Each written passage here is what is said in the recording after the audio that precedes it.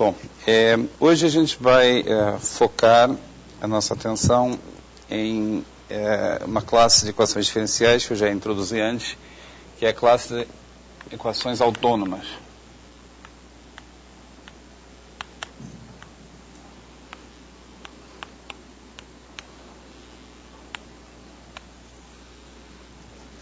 Então, isso significa equações da forma x' igual a f de x, ou seja, equações em que o campo de vetores f é independente do tempo.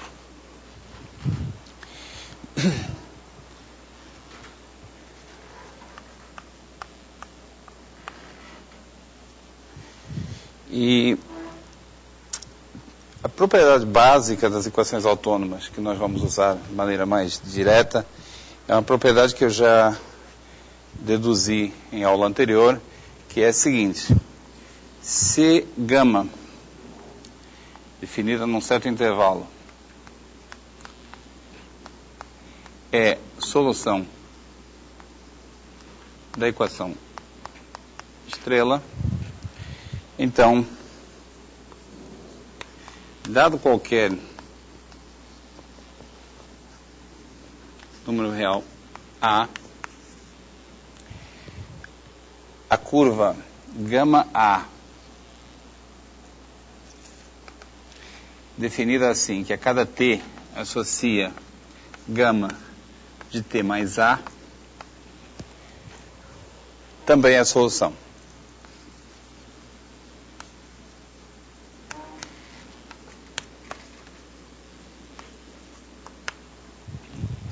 Ou seja, em palavras, no caso de equações autônomas, equações que não dependem do tempo, nós podemos transladar o tempo, e translações do tempo não alteram, não afetam a classe das soluções.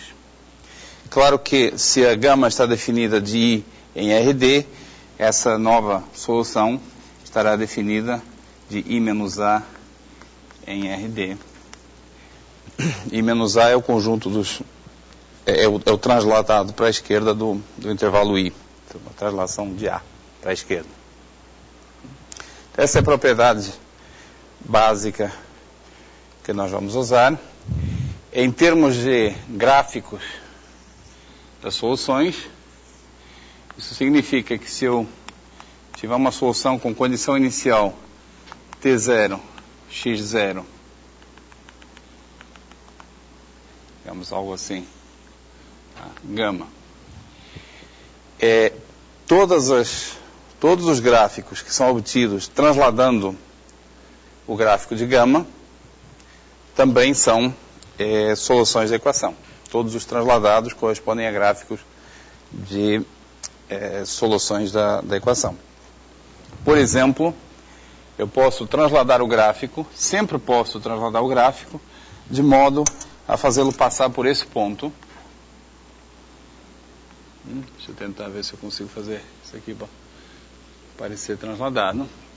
Eu sempre posso transladar de modo a fazer passar por esse ponto. Então, o que eu estou mostrando com essa figura é que, em particular,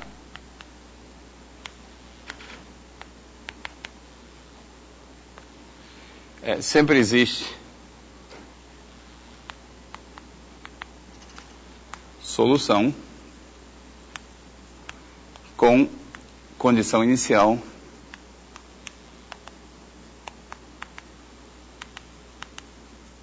gama, uma nova solução beta, digamos, com condição inicial beta de 0 igual a x0. Estou dizendo algo muito simples. Como eu tenho direito de transladar o tempo sem afetar a classe das soluções, eu sempre posso fixar o meu tempo inicial como sendo o tempo 0, ou qualquer outro tempo que eu queira. Então, quando nós falamos de equações autônomas, o T0, da condição inicial é pouco relevante, porque a gente sempre pode normalizá-lo colocando o T0 na origem. Então eu vou introduzir uma função. Denotamos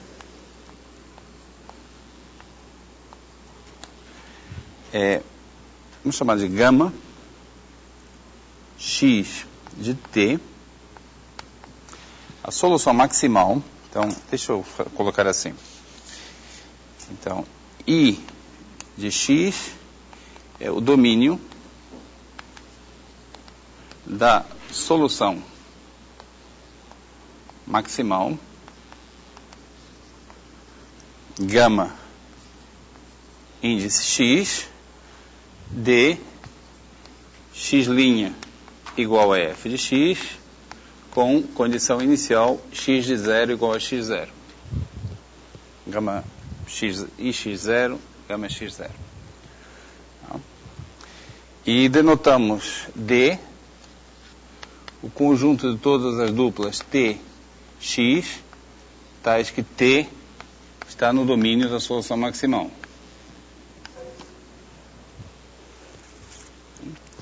E eu já introduzi também a notação para a solução maximal com condição inicial x0. E, finalmente, gama será a função definida de D em RD, que a cada dupla TX associa gama X de T. Só notação, e é uma notação que já apareceu anteriormente.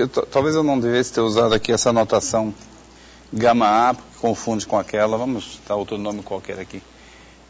Beta.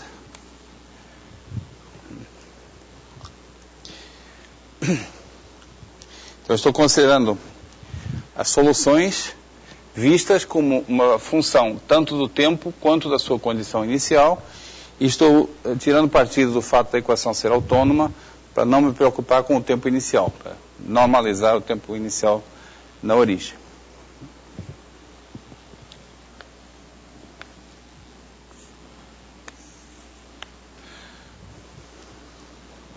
Essa função tem algumas propriedades interessantes.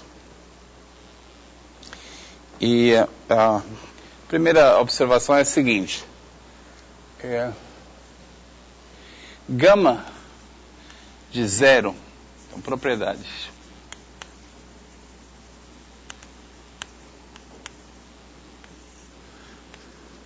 Primeiro é muito simples. Gama de 0, x então gama x de 0 e, portanto, igual a x. Porque gama x é solução desse problema, e isso em particular significa que no ponto 0 o valor é x. Aqui para tudo x.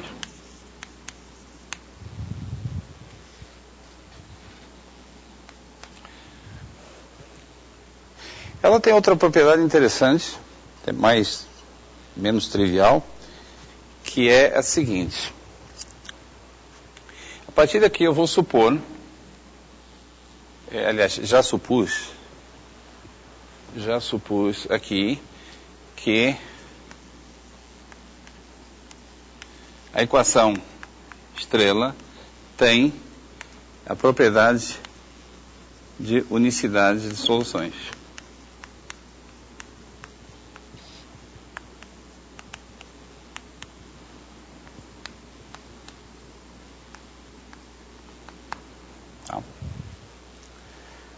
Já supus isso quando eu falei da solução maximal. Outra propriedade é a seguinte. Vamos primeiro ver através de um gráfico. Vamos considerar a solução que passa. Então, esse aqui é o gama x, que é a solução com condição inicial x. Passa em x no momento 0. E aqui está fazendo um pouco mais de sentido eu falar em condições iniciais. Iniciais significa no tempo 0. Tá? E agora vamos considerar um outro ponto qualquer do gráfico. Tá? Vamos considerar aqui o momento S e o respectivo valor da solução nesse momento S. Tá? Eu quero saber algo sobre a solução que tem esse ponto y como condição inicial. Bom, eu sei qual é, porque eu posso pegar essa solução, transladar para cá, dar qualquer coisa assim. Então, isso aqui representa gama de y. Certo? Posso transladar a solução para o gráfico de gama x, de modo a fazê-lo passar naquele ponto, e obtenho, então, o gráfico de gama y. Então, o que eu estou dizendo aqui é que se y, dado y igual a gama x de S, a respectiva solução, gama y, é o transladado do gama x. Isso se traduz de que forma? Bom, traduz da seguinte forma. Se eu quiser saber o valor da solução gama y num certo ponto t, se eu quiser saber esse valor, é muito simples, eu só tenho que ir procurar o valor da outra, da gama x, naquele ponto lá. E que ponto é aquele? Tem que transladar, né? Tem que procurar o valor no ponto t mais s. Portanto, gama y de t é igual a gama x de t mais s. E os respectivos domínios também estão casados. O domínio IY é o IX transladado de S.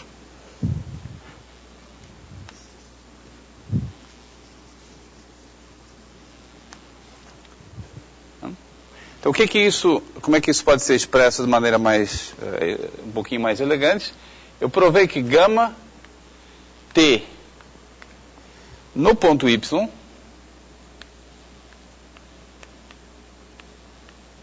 é igual a gama t mais s x. Essa é outra maneira de escrever o y. Isso aqui para todo x, para todo t e todo s.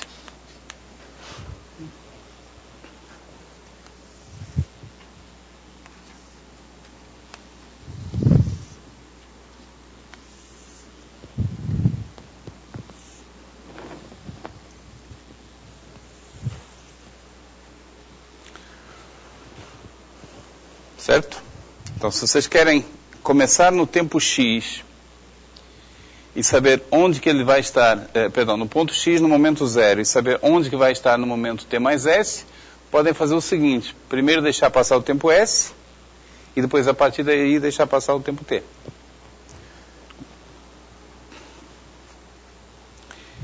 Essa é outra propriedade que é importante e está embutida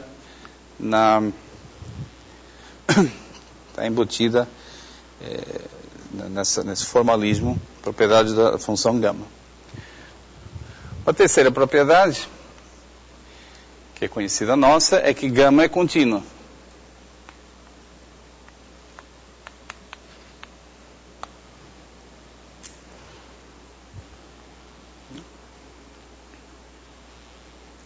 Isso a gente provou, segue do teorema. Não sei se eu vou lembrar direito da numeração, mas eu acho que segue do teorema 3. A solução é contínua em todo o seu domínio, vista como função tanto do t, quanto da condição inicial, e quanto até do tempo inicial, t0, que nesse caso aqui não é relevante. Tá?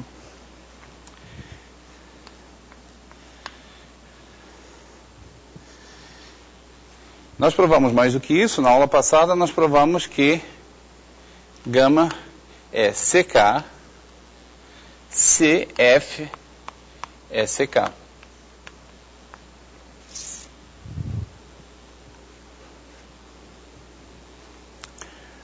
Não é?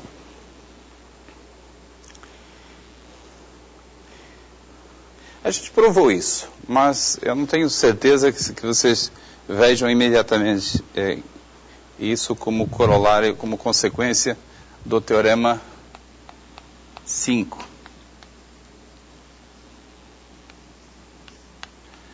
Deixa eu fazer lembrar por que a gente provou isso aqui, para gastarmos um pouquinho de tempo para nos familiarizarmos com o Teorema 5. Então, o que nós temos? Nós temos que, em primeiro lugar, gama, por definição, é a solução da equação diferencial. Então, derivada em ordem ao tempo de gama é igual a f, gama, t, x, isso em todo ponto.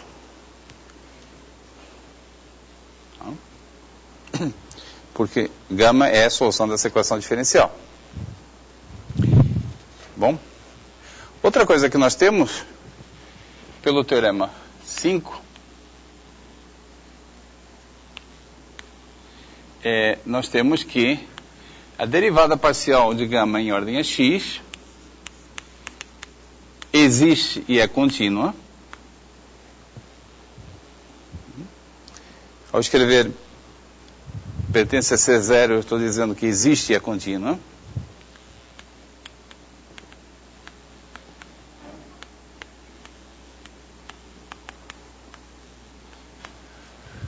E além disso,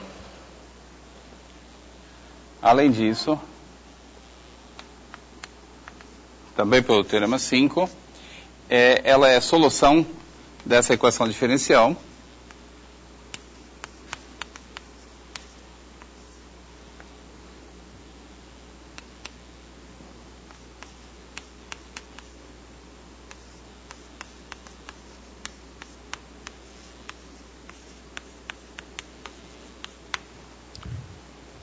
De acordo? df denota a derivada e eu não denota a derivada global. Aqui eu não preciso, quando eu derivo f, eu não preciso falar de derivadas parciais, uma vez que f só depende da x, da variável x. Então, esse fato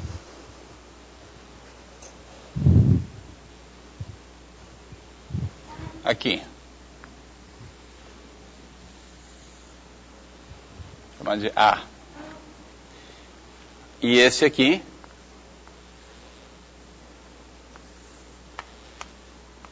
P, esses dois fatos dizem que as duas derivadas parciais da gama, tanto em ordem a t quanto em ordem a x, existem e são contínuas.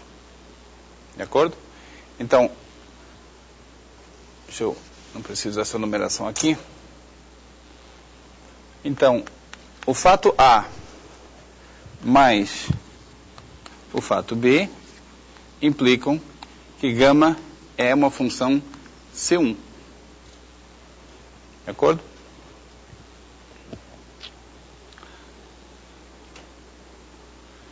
Eu provei mais outra coisa. Eu provei que essa derivada aqui é igual à derivada x t. Então, bom, deixa eu... Estou com dificuldade para numerar as coisas de modo a podermos seguir. Deixa eu fazer assim. A, B,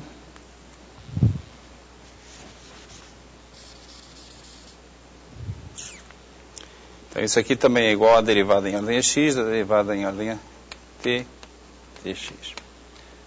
C. Ok? Então, A mais B, A mais B, A mais B implicam que gama é C1.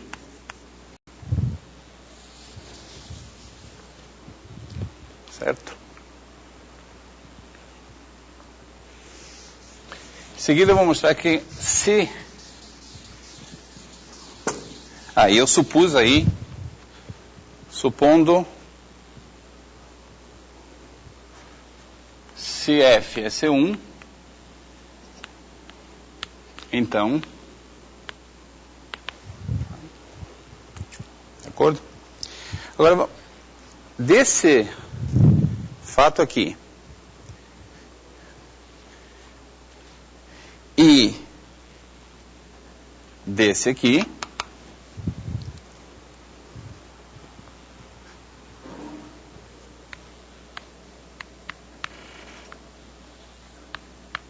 então isso aqui eu vou chamar de E, desse aqui, de A e de D, eu concluo o seguinte: a derivada parcial de t em ordem a gama é dada por essa expressão, e o lado direito dessa expressão é a função C1.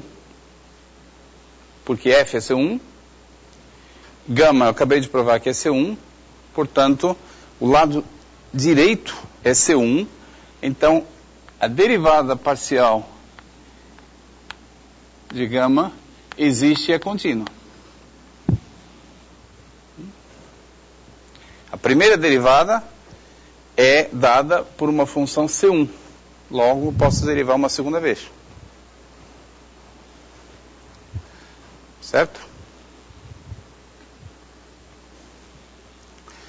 Agora, o fato de que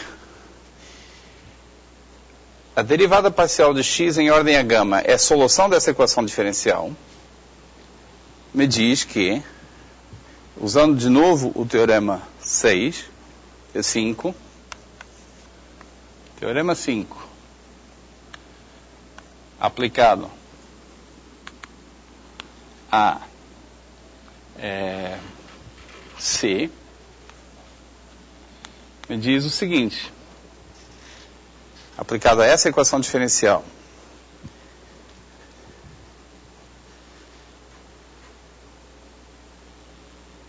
então esse dx gama, a derivada parcial de x em ordem a gama, é a solução de uma equação diferencial em que o segundo termo é uma função de classe C1. Por que C1? Porque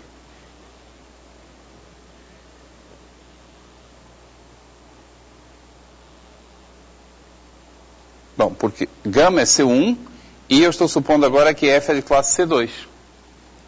Então, o teorema 5 aplicado a C diz que se f é C2, então,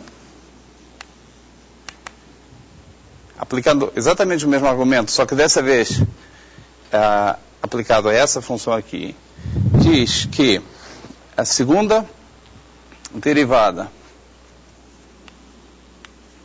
de gama tx existe e é contínua.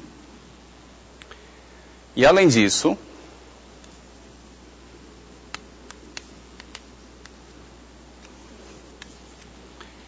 ela é a solução da equação diferencial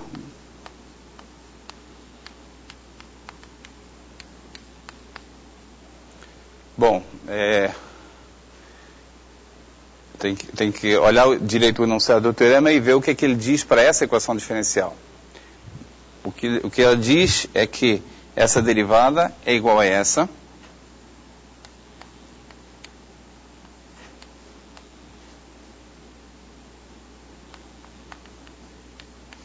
que é igual ao truque que eu mencionei na aula passada. Se vocês querem saber o que é que devem escrever no segundo membro, tem que derivar em ordem a x. Então dá d2f gama tx, derivando em ordem a x uma segunda vez.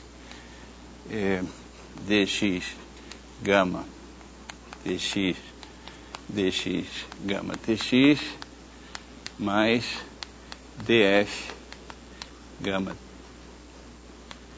dx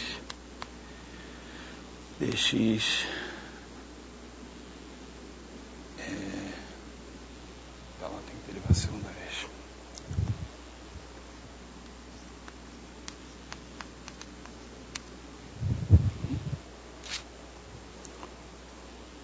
Sempre pelo teorema 5, o mesmo que eu usei aqui.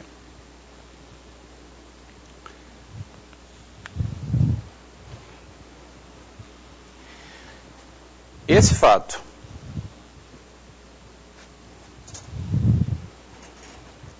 que diz que a derivada, segunda derivada de gama, em ordem AT, duas vezes, existe e é contínua.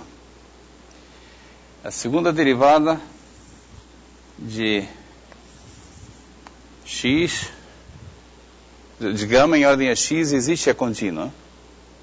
E as derivadas cruzadas são iguais e contínuas. Então, E mais F mais C implicam que gama é C2.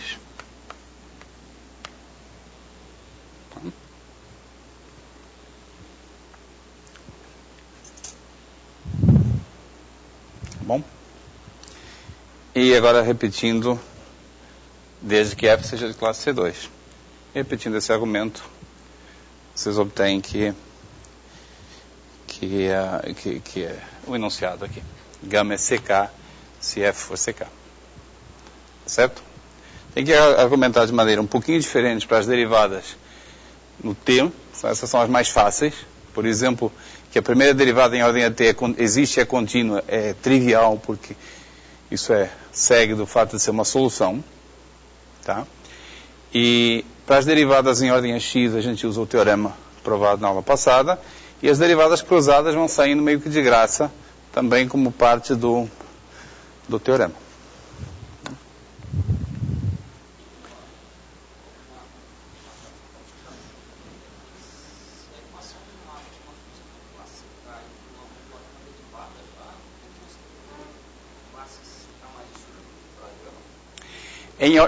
Em ordem AT, sim. Observa que quando eu chego aqui, aliás, quando eu chego aqui, eu ainda não supus que F é de classe C2, eu só supus classe C1, e já obtive a segunda derivada em ordem AT e as derivadas cruzadas. Tá certo? É para obter a segunda derivada em ordem a x que eu preciso da FCC2. As derivadas em ordem a x são as mais difíceis, porque em relação a x você não pode usar isso que você falou. Tá? Mas todas as outras derivadas saem mais barato, uma unidade mais barato. Bom, é um exercício, só para vocês terem certeza de que isso funciona, fazer o caso C3, mas vocês vão fazer e vão ver que não tem nenhuma novidade. Tá? Só, de novo, a terceira derivada em ordem AT pode ser obtida só com FC2.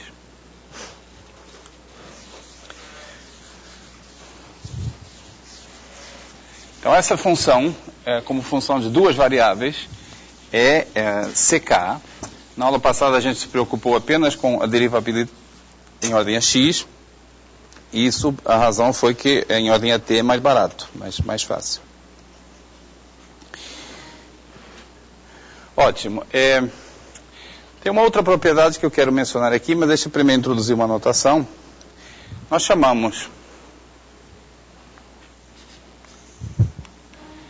então, essa minha figura agora não é a mesma anterior. Isso aqui é U, contido em RD. As minhas figuras anteriores estavam em R1 mais D. Tá? Isso aqui é RD. Aqui eu vou colocar um ponto X qualquer. Isso não é o tempo. São várias coordenadas do RD. E a trajetória, a curva. Então, isso aqui representa a curva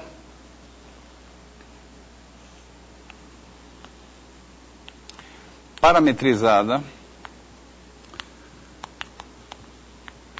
por T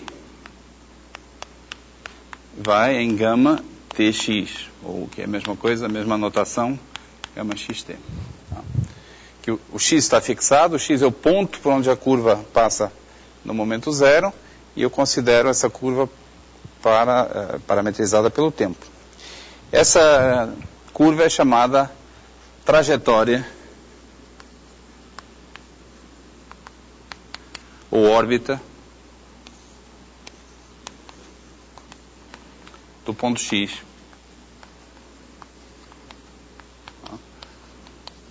é a curva T gama X, que é T associa gama X de T. E também é usual na literatura chamar esse U é o espaço de fases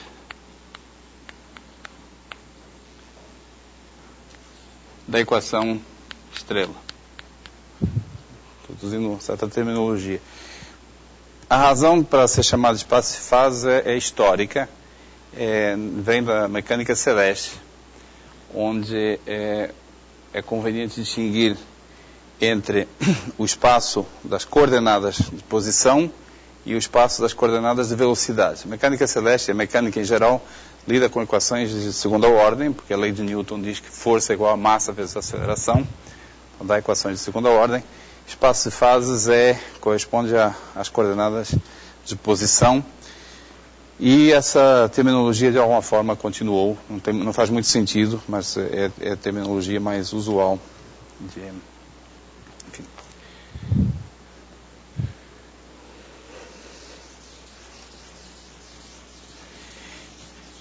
A quinta propriedade que eu quero mencionar é a seguinte, de novo vou fazer uma figura.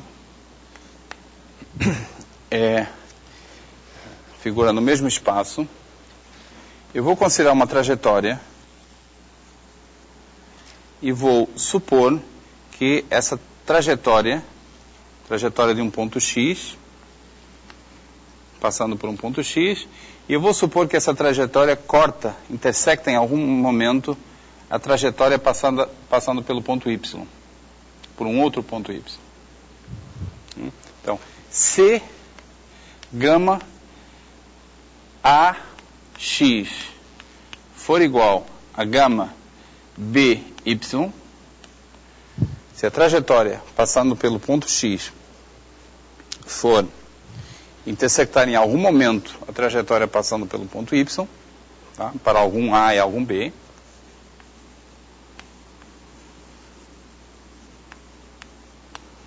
então gama TX é igual a gama T mais B menos A Y para todo T em Ix, no domínio da definição da X.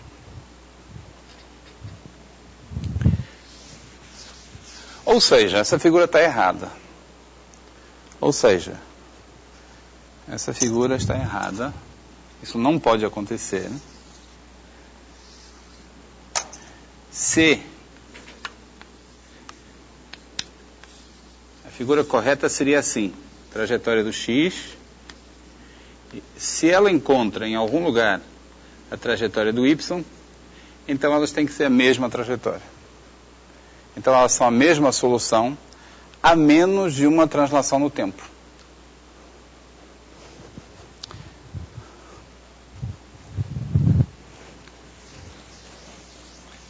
Bom, acho que é claro como é que é a prova disso aí. É evidente que por trás está a unicidade de soluções, mas vamos escrever a prova. Então, suponhamos que isso acontece. Seja Z o ponto onde as duas se intersectam.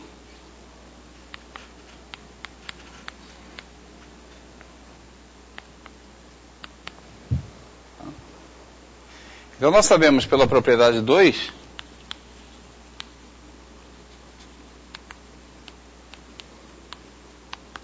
que gama TZ é igual a gama T mais A X para todo T. E também sabemos que gama TZ é igual a gama T mais B Y para todo T. Eu sei que a solução que passa pelo ponto Z nada mais aqui é Z, nada mais é do que trasladado no tempo da solução que passa pelo X, uma vez que o Z é um ponto da trajetória do X. A mesma coisa para o Y. Portanto, gama T mais A X é igual a gama T mais B Y para todo T. E quando eu escrevo para todo T, significa para todo T no IZ,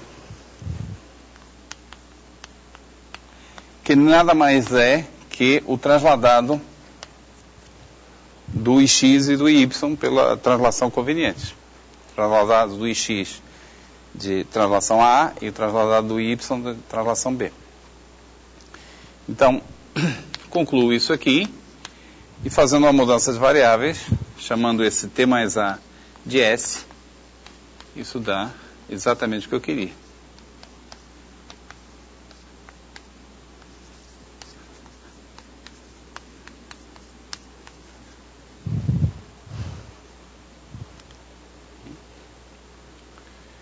Então, para equações autônomas com a propriedade de unicidade de soluções, duas trajetórias não podem se cruzar, a menos que sejam a mesma trajetória. A mesma, o que significa a mesma? A mesma menos de translação no tempo. Tá? Agora, não confundir, esse é um ponto importante aqui. Eu já enfatizei e deixo eu enfatizar de novo. Essas figuras aqui estão em RD. Tá? Isso aqui é o U contido em RD. Isso aqui não é mais um gráfico. Tá?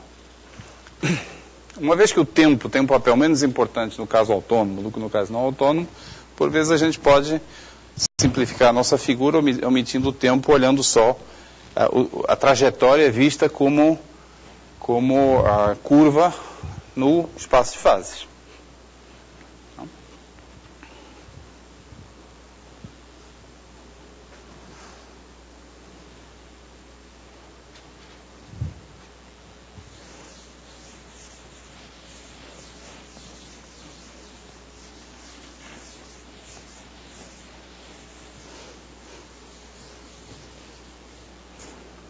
Então, a propriedade 5 é essa aqui. Se duas trajetórias se intersectam, elas coincidem.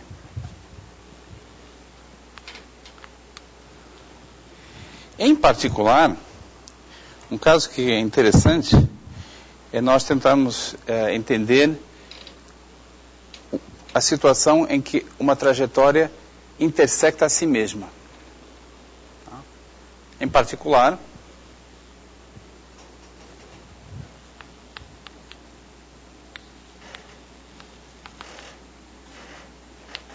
se gama AX for igual a gama BY, BX, o mesmo X, para algum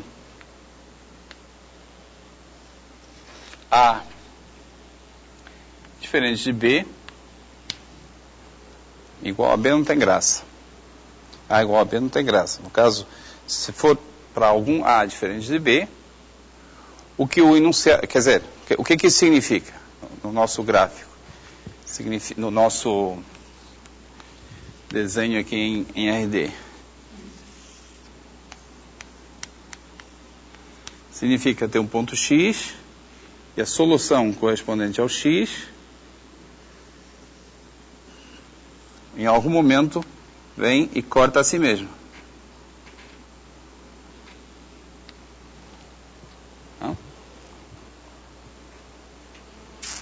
Bom, o que a fórmula anterior nos diz é que, então, gama de Tx é igual a gama de T mais B menos A x para todo T em IZ. Ou seja, de novo, essa figura está errada, essa figura não existe. O que tem que acontecer nesse caso é que a trajetória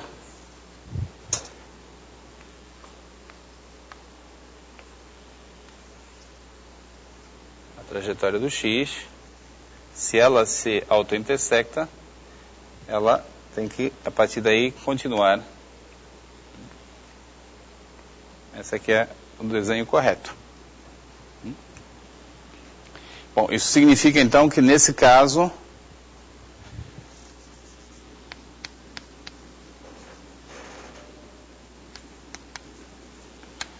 essa propriedade aqui tem um nome, né?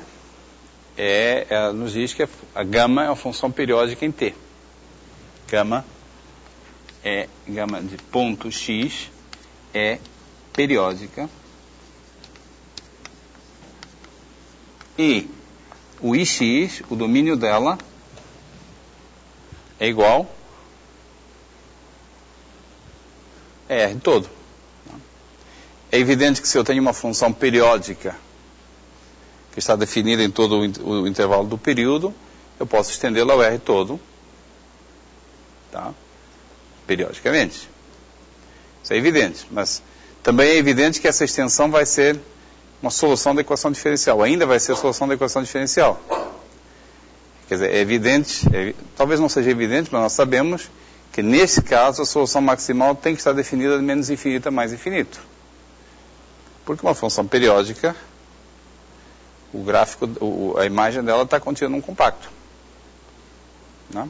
Se a trajetória se auto-intersecta, ela fica obrigada a se repetir e fica presa num compacto. Portanto, o intervalo de definição tem que ser todo menos infinito mais infinito.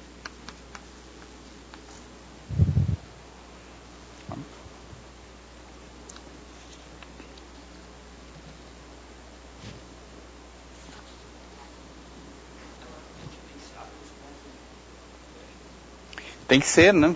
Porque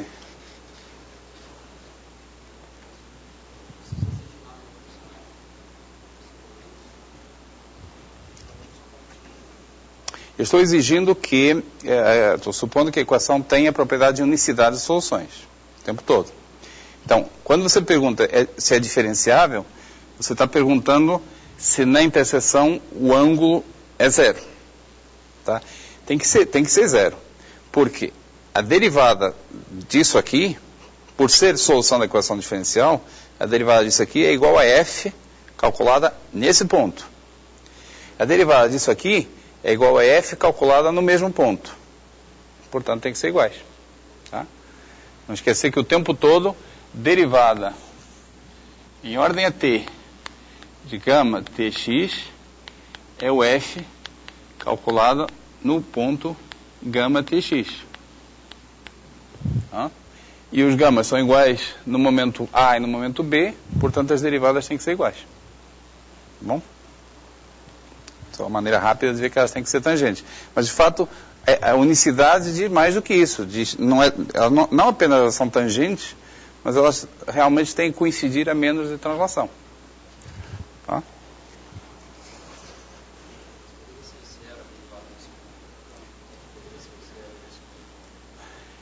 F poderia se anular nesse ponto. Não teria direção definida. Essa pergunta é para vocês, hein? Não vou responder essa aí, não. Então, ele está especulando com a seguinte possibilidade.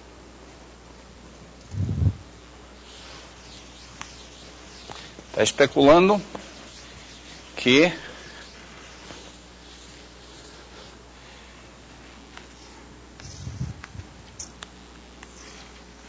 com a seguinte possibilidade, tem uma trajetória que faz isso.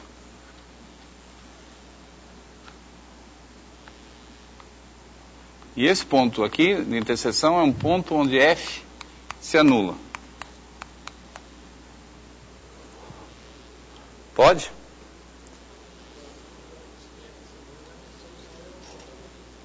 Se F se anula, a trajetória que passa nesse ponto é curva constante igual a Z.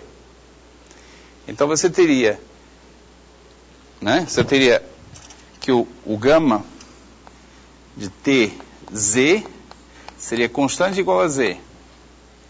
Mas o Z também seria gama de AX e gama de BX.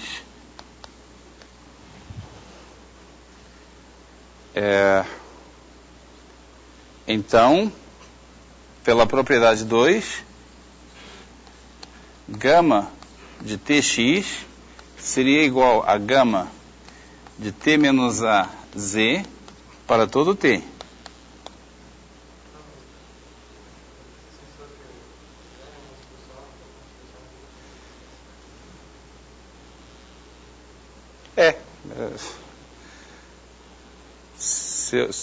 É exatamente isso que eu vou dizer, só que meio que provando de novo, chovendo no molhado, mas é isso mesmo. Isso aqui está dizendo, eu escrevi em símbolos o que você acabou de dizer, a solução tem que ser a mesma, logo tem que ser constante igual a Z, coisa que a gente não estava supondo, tá? Então, de novo, duas trajetórias, sejam elas trajetórias com derivada não nula, ou trajetória com derivada nula, nunca podem se intersectar. Se se intersectam, coincidem. A menos mudança de translação no tempo. Tá bom? Então, com essa discussão também, a gente já viu o seguinte. Existem 3 tipos de trajetórias.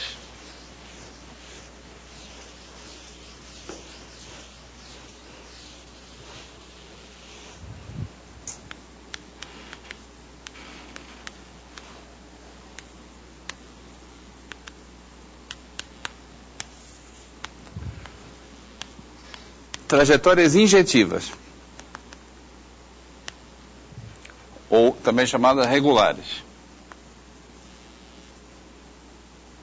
São tais que gama AX é diferente de gama BX para todo A diferente de B. Por isso que eu chamo de injetivo. Trajetórias que nunca se auto-intersectam.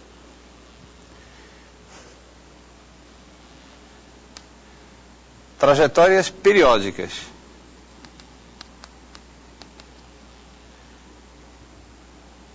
Ou fechadas.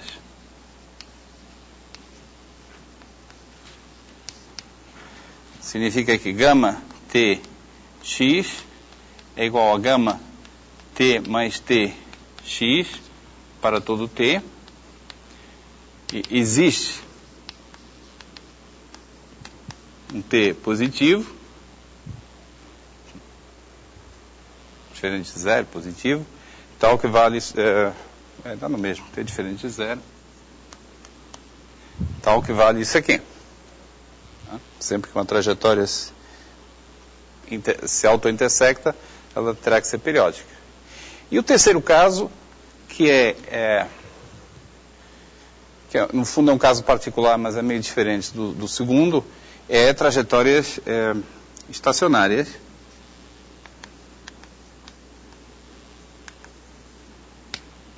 ou constantes,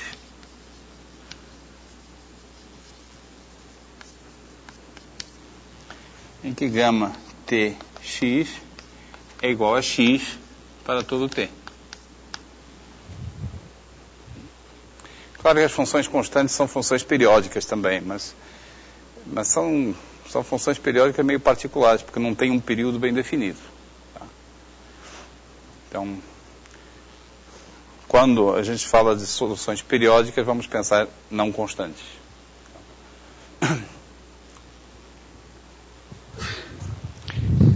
Então, as soluções constantes correspondem exatamente, soluções estacionárias, correspondem exatamente aos zeros. A trajetória de x é estacionária. É estacionária se e somente se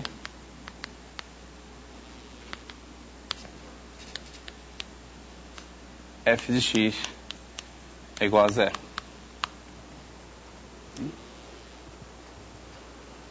Então, quando vocês olham uma equação diferencial autônoma e querem fazer uma análise dessa equação, a primeira coisa a ser olhada são os zeros do campo de vetores.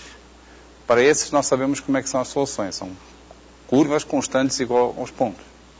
Nenhuma outra solução vai passar lá. As demais soluções podem ser abertas, injetivas ou periódicas. Ou abertas.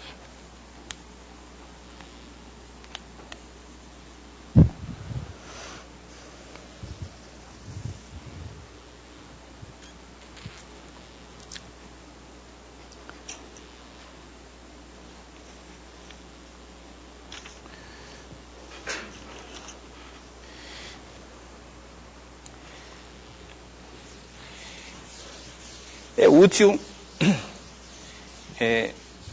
introduzir um objeto que está diretamente relacionado com esse aqui, que não vai acrescentar muito em termos de observações, mas de teoremas, mas é uma forma útil de colocar essa informação que está contida na função gama. Então, o fluxo associado à equação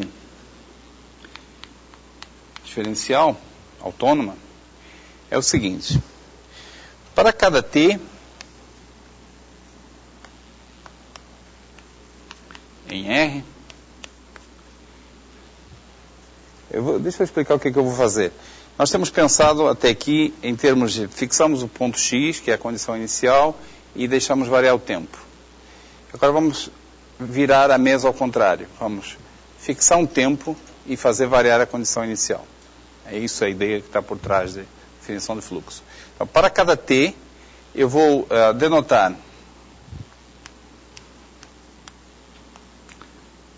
por ut o conjunto do x de u, tais que t pertence ao ix, ao domínio de definição da solução. Ou é a mesma coisa que dizer o conjunto do x de u, tais que a dupla tx está no domínio de definição da gama. Tá? E aí eu defino ft,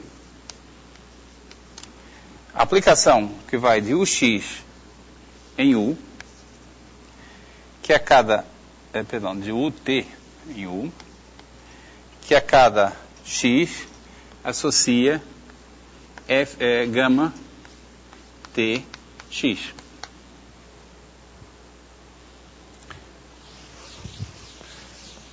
Ou seja, agora eu estou considerando t fixado, variando x,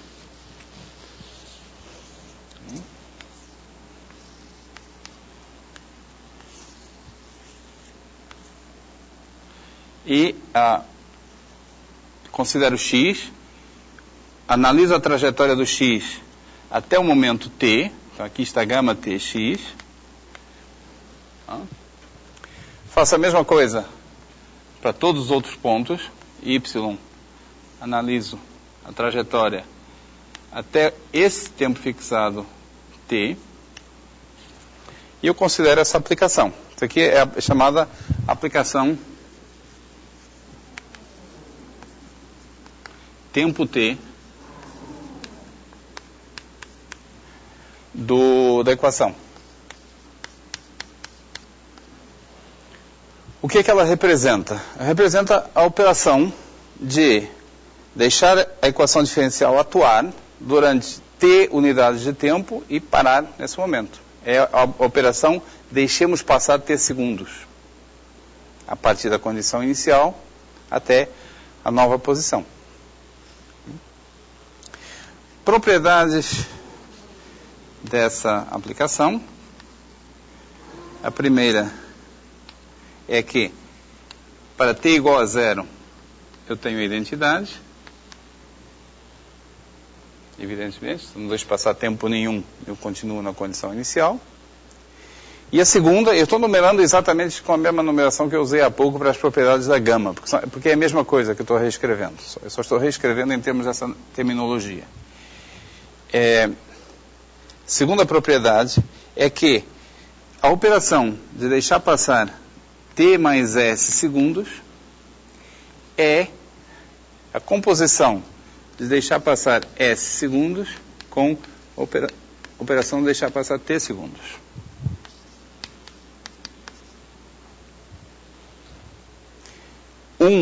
É uma tradução literal da propriedade 1 da gama, que eu já apaguei, estava aqui, eu já apaguei, e 2 é uma tradução literal da propriedade 2 da função gama, que eu também já escrevi antes. Certo? Então, um fluxo é uma família de transformações que satisfaz esses dois axiomas. Tá? Um fluxo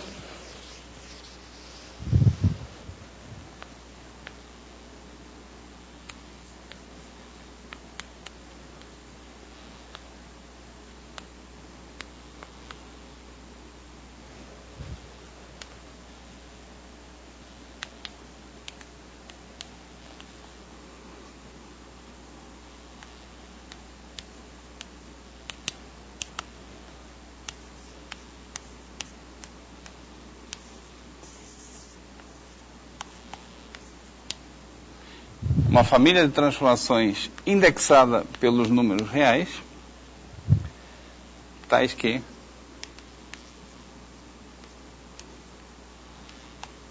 a transformação que corresponde ao zero é a identidade e vale essa propriedade algébrica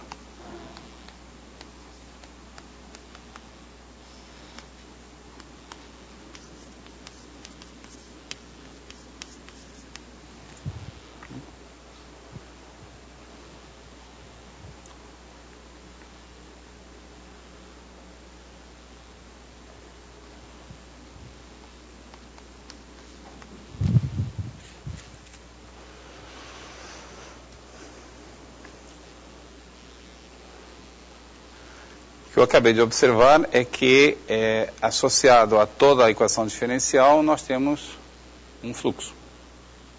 E para efeitos de desenvolver a teoria, é muitas vezes conveniente esquecer a equação diferencial e focar a atenção nesse fluxo. Porque ele nos diz tudo, ele contém toda a informação sobre as soluções. É meio óbvio, né? Da maneira como foi construído. Tá certo? Tem uma trapacinha no que eu escrevi, que as transformações não estão definidas em todo o U. Estão definidas onde estão definidas. Tá? Então aqui eu deveria colocar um T. E essa relação aqui não preciso dizer nada, porque ela é entendida nos seus domínios, e os domínios conferem. Agora, de fato, a palavra fluxo é usada mais para aquilo que eu escrevi antes. Tá? Quando as transformações estão todas definidas em todo o U. Então eu vou reservar a palavra pseudofluxo, que eu acabo de inventar, para o caso em que o domínio pode ser menor aqui. Então, de fato, a cada equação diferencial, nós podemos associar um pseudofluxo, que é uma família de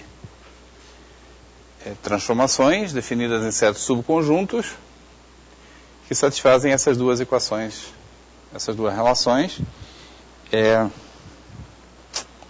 E eu vou reservar a palavra fluxo para o caso em que os domínios de definição são todo U. Tá bom?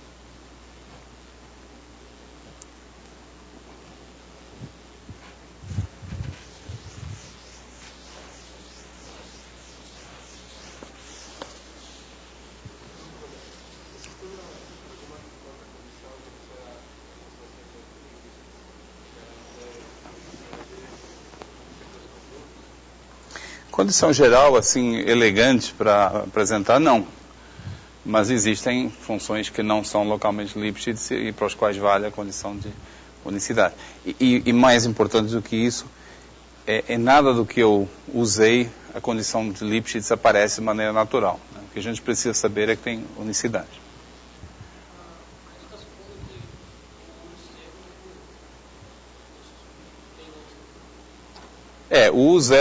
O zero sempre é o U todo, né? O zero sempre é o U todo.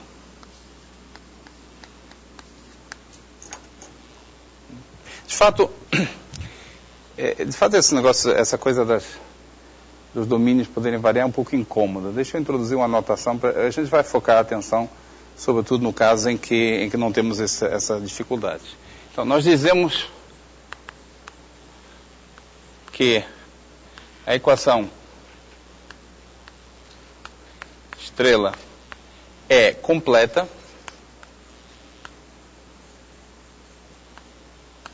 se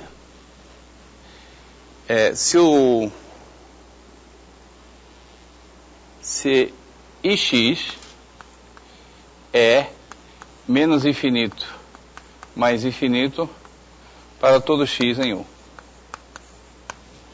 Quer dizer, se as soluções estão definidas para todo o tempo. Equivalentemente, se D é R por U, ou ainda equivalente, se UT for igual a U para todo T. Se a condição inicial se a solução com condição inicial x estiver definida para todos os valores de t, para todo x. Em U. Tá? Por exemplo,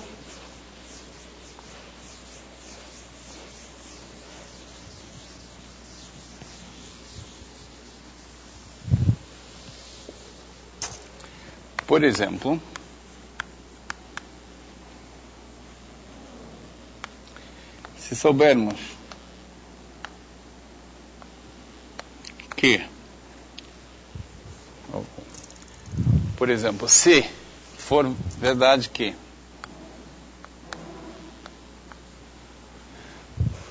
para todo x de U existe um compacto K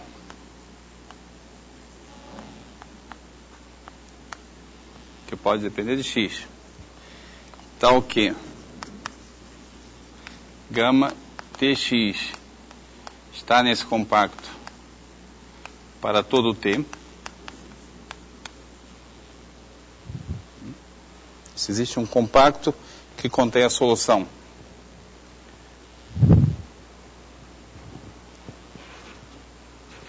então o ix tem que ser menos infinito mais infinito. Portanto, para todo x, logo a equação é completa.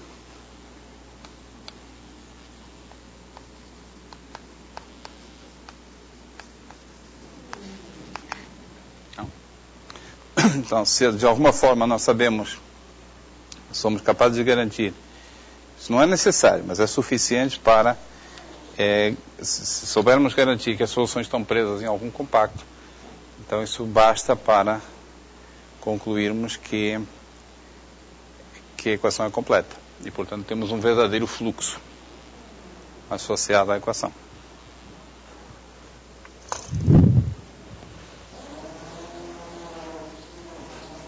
Deixa eu dar um exemplo aqui para ilustrar.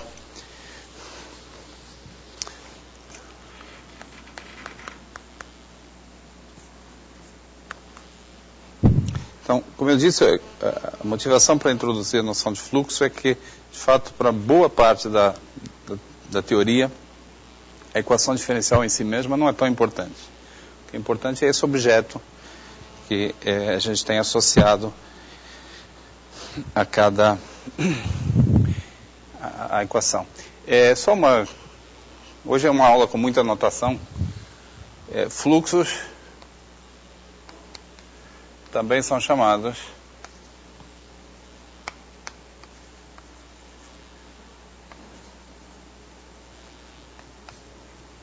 grupos a um parâmetro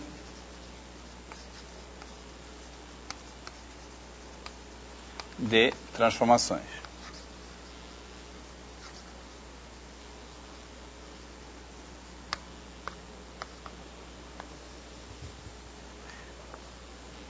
Eu acho que todas as palavras aí têm uma boa justificativa. Transformações, porque nós estamos falando de transformações. A um parâmetro, porque a família vem parametrizada por esse T aqui. E grupo, porque faz parte da definição de fluxo que ele tem uma certa propriedade de grupo. A operação do grupo aditivo dos reais é transformada na operação de composição no grupo das transformações de U. Então, um exemplo de uma equação que a gente consegue garantir que é completa é o seguinte: x', uma equação a duas variáveis, a dimensão 2. Então, x1, x2' é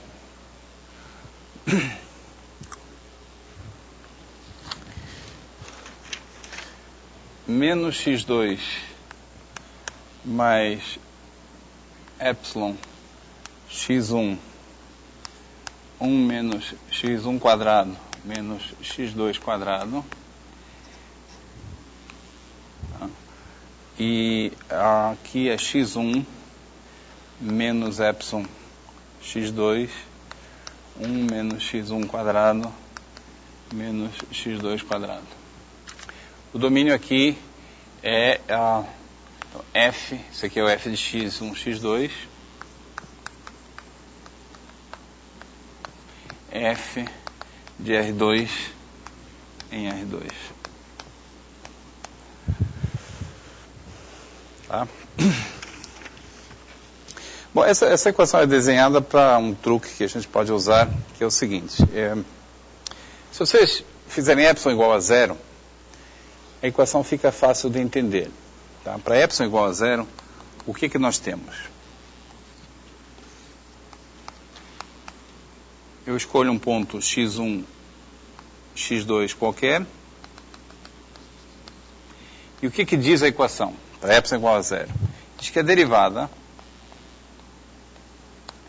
é menos x2, x1. Que vetor aqui é esse? Bom, é um vetor que é ortogonal ao próprio x1, x2. Não é?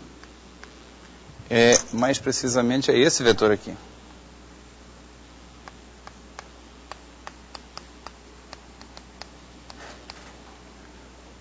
Certo? Então, em cada ponto, o campo de vetores tem a mesma norma que o próprio ponto, tá? Tanto maior quanto mais longe da origem, e aponta em direção ortogonal no sentido anti-horário. Então, para epsilon igual a zero, vocês não têm dificuldade em entender quais são as soluções. Bom, é uma dessas equações que dá para resolver à mão. A gente vai fazer esse tipo de coisa de maneira mais geral. Nesse caso é muito fácil. As trajetórias, para esse exemplo, são círculos que são percorridos com tanto mais velocidade quanto maior é o raio. A velocidade é proporcional ao raio. Tá? Então esse é o comportamento das soluções.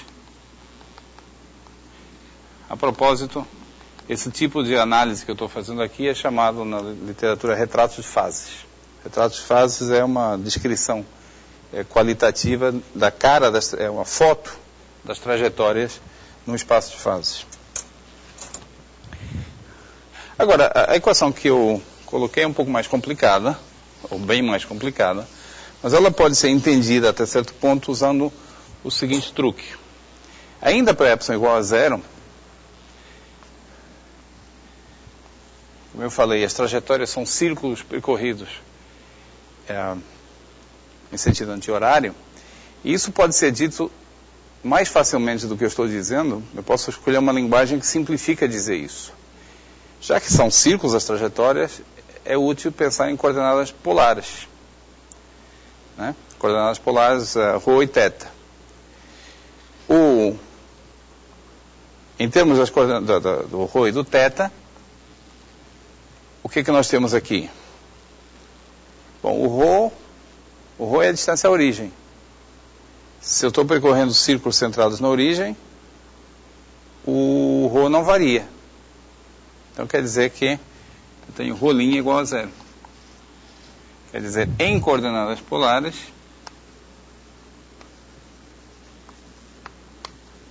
essa equação se transforma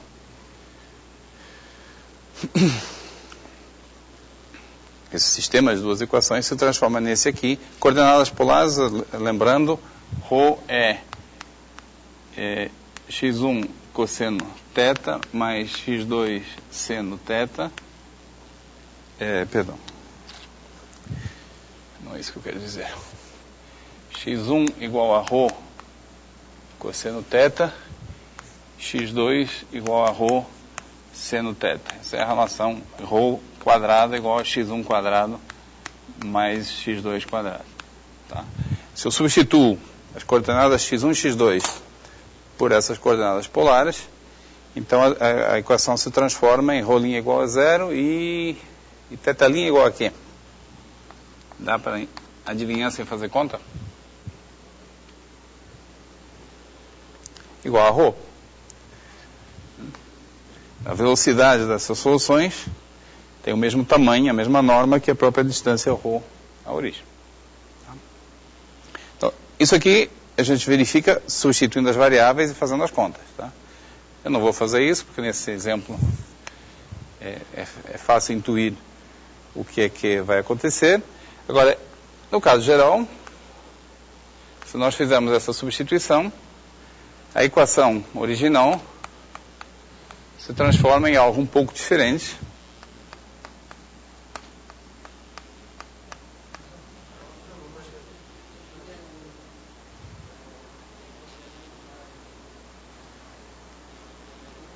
Θ' igual a 1. Obrigado. Exatamente. Θ' igual a 1. Rho θ' igual a Rho. De novo, isso aqui se verifica fazendo as contas. Mas é bom que a gente tenha o resultado correto.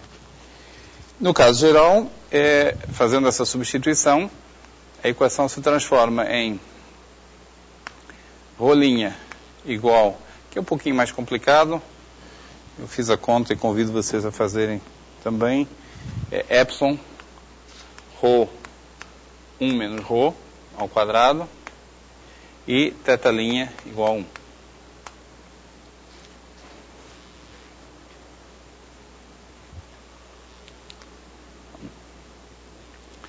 De novo, isso aqui é só, você tem que substituir x1 e x2 pela sua expressão, simplificar e vocês vão obter essa relação. Então, nessa forma, fica mais fácil de nós analisarmos, fazermos o retrato de fases da equação.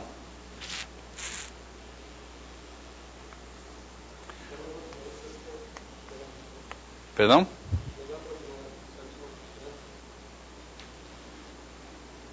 Em cima e embaixo? Nas duas equações? Eu acho que vai complicar aqui. Você não vai sair com uma expressão tão simples. Então, uma das vantagens de transformar aquela equação original nessa aqui é que, embora esse seja um sistema a duas equações, elas estão desacopladas. Ou, em outras palavras, as variáveis estão separadas. O θ só aparece aqui e, portanto, imediatamente nós sabemos que todas as soluções são percorridas rodando com velocidade uniforme. O θ uniforme. Tá? E agora podemos analisar o comportamento do Rho separadamente. O meu objetivo não é fazer contas. O meu objetivo é desenvolver uma intuição, um know-how, como é que você olha para uma equação diferencial e começa, sem sujar as mãos, começa a entender a equação. O que vocês sugerem que eu faça em relação ao Rho? Rho igual a zero, bom, Rho igual a zero é Rho igual a zero, né? É a origem. É um ponto meio chato quando você fala de equações de coordenadas polares, a origem. Bom, se o Rho é zero, o Rho' também é zero, portanto, o que mais? Exatamente. Se você quer olhar para uma equação diferencial e quer começar a entender, a primeira coisa a olhar são os zeros do campo de vetores. E neste caso, isso significa os zeros dessa expressão aqui. Os zeros são Rho igual a zero e Rho igual a 1. Então, Rho igual a 1 é esse círculo aqui. E o que acontece para Rho igual a 1? É um zero do campo de vetores, portanto, a solução que passa por esse zero é a solução constante. Traduzido, esse círculo é uma trajetória esse círculo é uma trajetória do campo de vetor, da equação diferencial, ρ igual a constante, e θ linha igual a 1. Isso aqui é então uma trajetória da equação diferencial. É uma trajetória periódica. De acordo? E se o ρ for menor do que 1?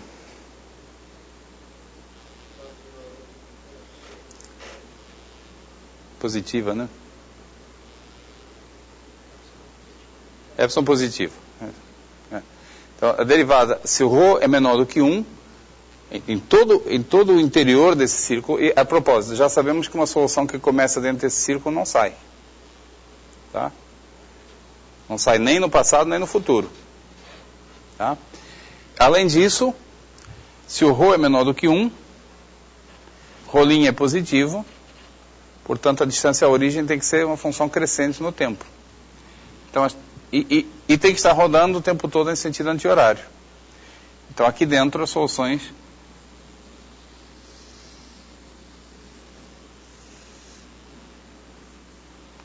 tem que estar fazendo algo como isso.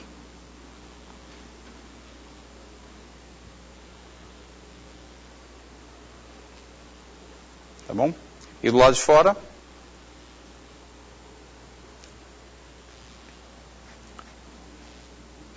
para dentro, né?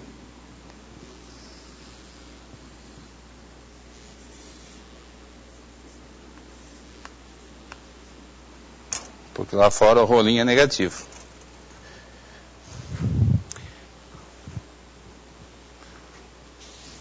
Então, uma coisa que a gente conclui daqui é o seguinte. I x1, x2 é menos infinito mais infinito para todo x1, x2 pertencente à bola fechada de centro na origem em raio 1. As trajetórias dos pontos contidos no disco unitário estão presas num compacto, a saber, o próprio disco unitário, e, portanto, são definidas para todo o tempo. E, para os demais pontos, podemos, pelo menos, garantir que as soluções são definidas até mais infinito.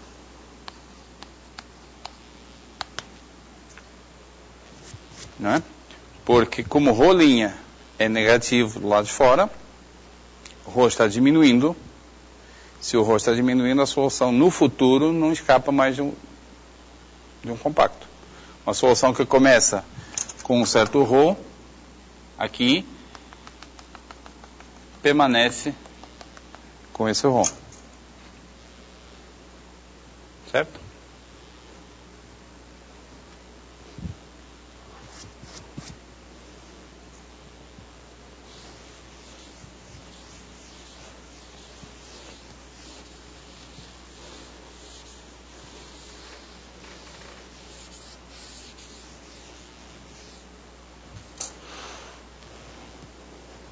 Tem mais alguma coisa que vocês gostariam de saber sobre essa equação diferencial?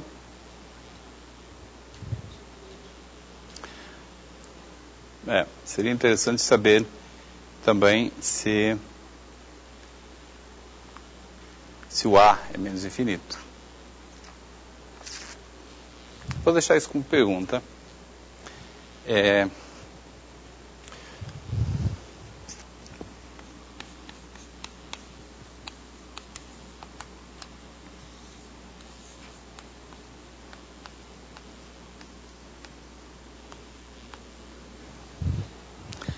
Coloquei 2 pontos de interrogação porque eu não acredito que seja. Tá? Não quero induzir vocês a acharem que é.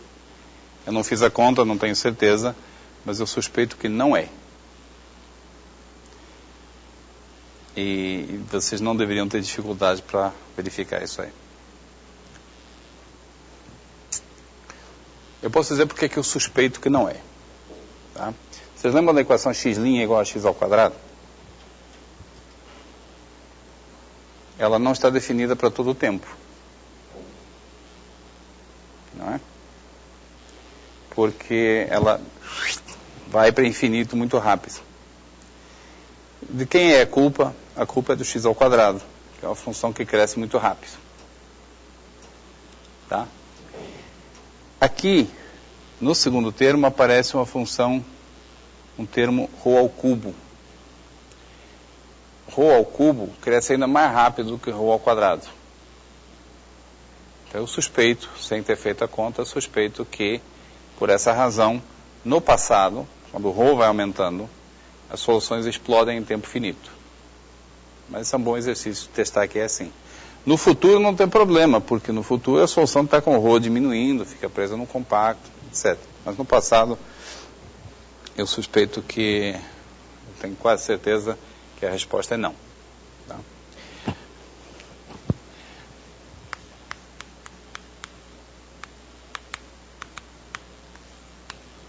Bom, eu gostaria de saber mais coisas sobre essa equação, mas primeiro eu quero ouvir você. Mais alguma coisa que vocês gostariam de saber? Para achar que entenderam a equação diferencial?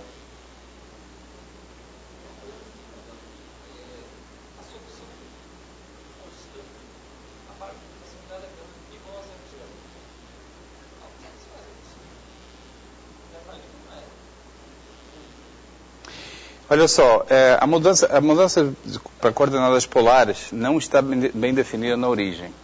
Tá? A origem não tem coordenadas polares. Então isso aqui tem que ser entendido em R2, em V igual a R2 menos a origem. Por isso que eu torci o nariz quando ele falou na origem. Bom, a origem é a origem, mas de fato essa equação diferencial não está definida lá. Nós fizemos uma mudança de coordenadas que não tem sentido na origem.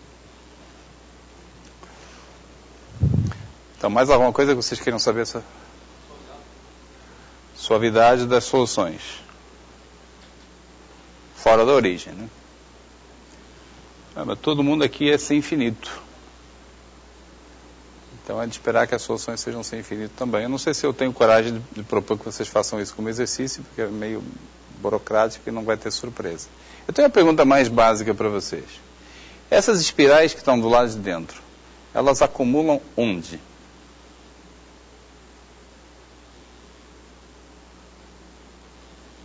Não é uma pergunta importante? A gente quer saber o que acontece com as soluções, em particular, o que acontece no longo prazo.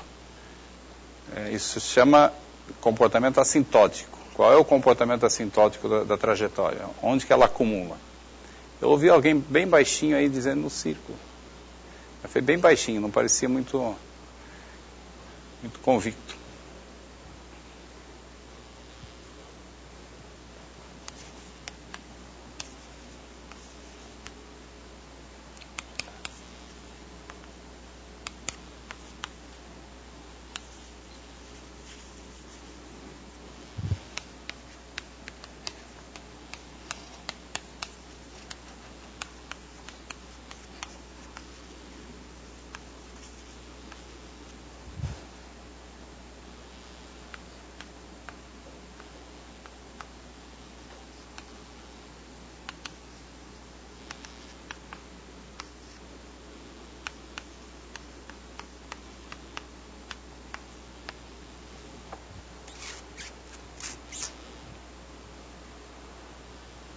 Nós já fizemos um exercício parecido com esse. Eu fiz na aula aquela equação, muito parecida até. Era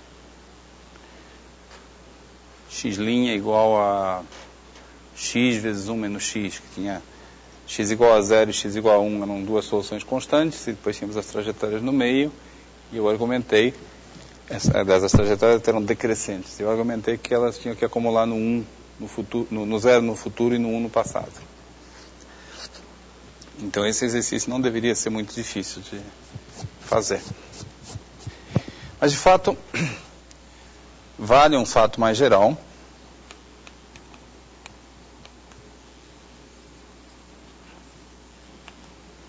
Se γx está definida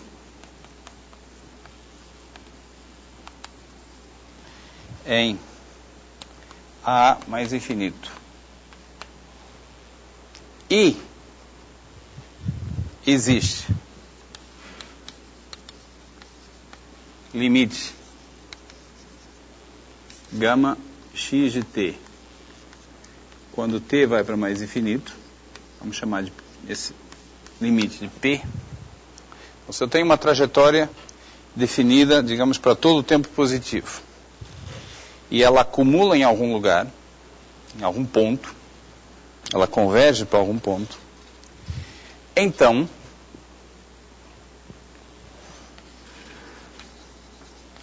P é ponto estacionário.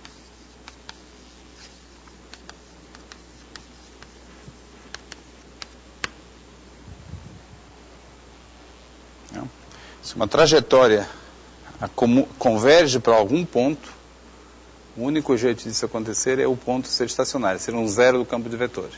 Tá?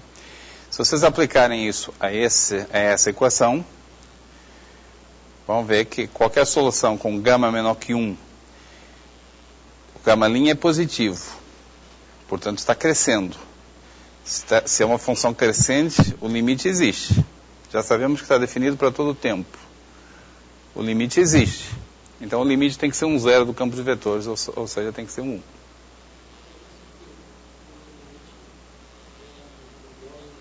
1. Existe e pertence ao domínio. Obrigado. Tá? Se converge para um ponto no domínio. Podia estar no fecho, aí é outra história. O enunciado não faria sentido. Mas se converge para algum ponto do domínio, como é o caso aqui, essa solução tem ρ decrescente, portanto o valor de ρ tem que estar convergindo para algum valor. E a mesma coisa aqui, só que o ρ é crescente. Então esse limite do valor de ρ tem que ser um zero do campo de vetores da primeira equação. E portanto tem que ser igual a 1. Tá bom? Esse fato geral eu não vou provar agora. Ele vai ser um corolário direto de um teorema que eu pretendo apresentar na próxima aula, amanhã, que é o teorema do fluxo tubular, que serve para várias outras coisas, mas dá isso aí também como um corolário imediato. Tá bom? Então o resumo de hoje é que eu foquei a atenção em equações autônomas e basicamente eu introduzi uma porção de notação e uma certa maneira de olhar para a equação diferencial que é um pouco diferente do que a gente vinha fazendo até agora, focando no que acontece no espaço de fases. O tempo tem menos importância aqui, porque a equação é autônoma, e nós olhamos as trajetórias como curvas no espaço de fases. Tá? Ok, por hoje é tudo. Até amanhã.